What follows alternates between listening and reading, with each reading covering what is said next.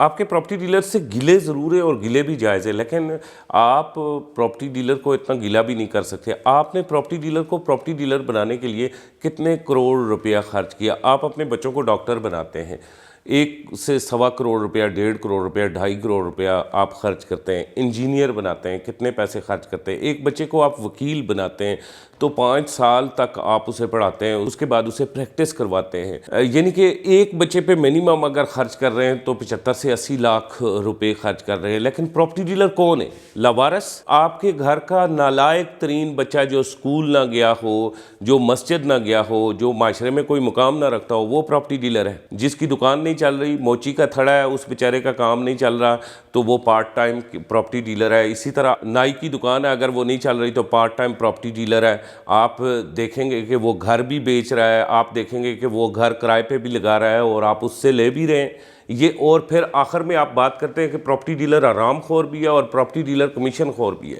کیا یہ Pakistan medical and dental council جن لوگوں کو سرٹیفائی کرتی ہے اور اس کے بعد ایفیلیٹ کر کے ڈاکٹر بناتی ہے، جن کے اوپر 2.5 کروڑ روپے تک آپ اپنے بچے کے اوپر خرچ کرتے ہیں، یہ حرام خور نہیں ہوتے؟ یہ سارے لوگ جو Pakistan medical and dental council سے سرٹیفائیڈ ہوتے ہیں، یہ کمیشن ایجنٹ ہوتے ہیں فارماسیوٹیکل انڈسٹریز کے۔ ڈاکٹر صاحب آپ یہ پیکج پورا کر دیں تو آپ انگلینڈ چلے جائیں، ڈاکٹر صاحب یہ پیکج پورا کر دیں تو آپ امریکہ چلے جائیں۔ ڈاکٹر صاحب نے کیا کرنا ہوتا ہے کہ اسٹیرائڈز لکھ کے دیتا ہے، باقی سارے شعبوں کو چھوڑیں۔ گائناکالوجسٹ جو ہے نا، وہ اس معاشرے کی دشمن بن گئی ہے کہ 18 سے لے کے 21 سال کی ساری بچیوں کو اس نے کاٹ کے اور اس نے آپریشن کی مد میں پیسے جمع کروائے اور ریڑھ کی ہڈی میں انجیکشن لگا کے عورت کو اپائج کر کے بٹھا دیا۔ یعنی کہ 22 سال کی ہمارے معاشرے کی جو بچیاں ہیں، یہ Pakistan medical and dental council نے جو مافیا پاکستان میں لانچ کیا ہے، اس مافیا نے انہیں بوڑھا کر دیا ہے، وہ 75 سال کی بن گئی ہیں۔ آپ انہیں گلہ نہیں کرتے؟ یہ پڑھے لکھے لوگ ہیں، یہ سرٹیفائیڈ لوگ ہیں، یہ ایفیلیٹڈ لوگ ہیں، ان کو گلہ نہیں ہے۔ آپ وکلاء حضرات کو دیکھ لیں، وہ بھی سروسز دے رہے ہوتے ہیں، وہ بھی فیس لیتے ہیں۔ کیا ان کے اندر کوئی کرپٹ بندہ نہیں ہے؟ اگر پراپرٹی ڈیلر زیادہ سے زیادہ ٹاپ رکھے گا تو 2 لاکھ روپے کا رکھے گا، گردہ نہیں بیچے گا۔ پراپرٹی ڈیلر اگر زیادہ سے زیادہ ٹاپ رکھے گا 1 لاکھ روپے کا رکھے گا، کمیشن 2% ہے تو 3% لے لے گا۔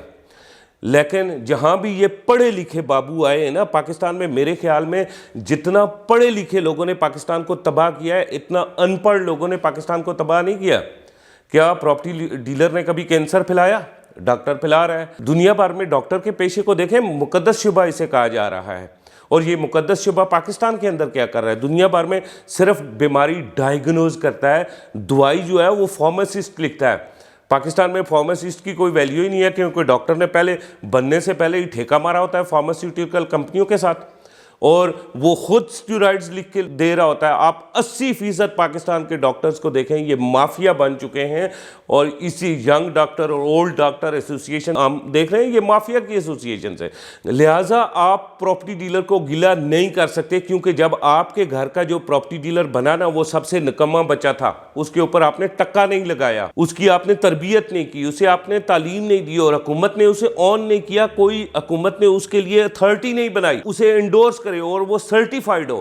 کوئی ہمارے لیے کونسل نہیں ہے، کوئی ہمارے لیے کلب نہیں ہے، ہم تو لاوارث لوگ ہیں معاشرے کے، اور لاوارث لوگ آپ کی اکانومی چلا رہے ہیں۔ پچھلے 3 سالوں سے پاکستان ریل اسٹیٹ ٹھپ ہے، اور آپ کی اکانومی جو ہے وہ 2.25% پہ ہے۔ اس کا مطلب ہے کہ 2.5% جو پاکستان ریل اسٹیٹ اکانومی چلا رہا تھا، وہ پچھلے 2 سالوں سے ٹھپ ہوئی تو آپ کا ملک ٹھپ ہو گیا۔ کون سا ڈاکٹر ہے جو آپ کے ملک کی اکانومی چلا رہا ہے اپنا پیٹ چلانے کے علاوہ؟ کون سا وکیل ہے جو آپ کے ملک کی اکانومی چلا رہا ہے؟ ایک بات بار بار ہر پلیٹ فارم پہ بیٹھ کے کہی ہے، ہر جگہ بیٹھ کے کہی ہے کہ آپ پراپرٹی ڈیلر کو آن کریں، آپ ادارے بنائیں، آپ باقاعدہ اس کے لیے کوئی ڈگری رکھیں، آپ اس کے لیے کوئی اتھارٹی بنائیں۔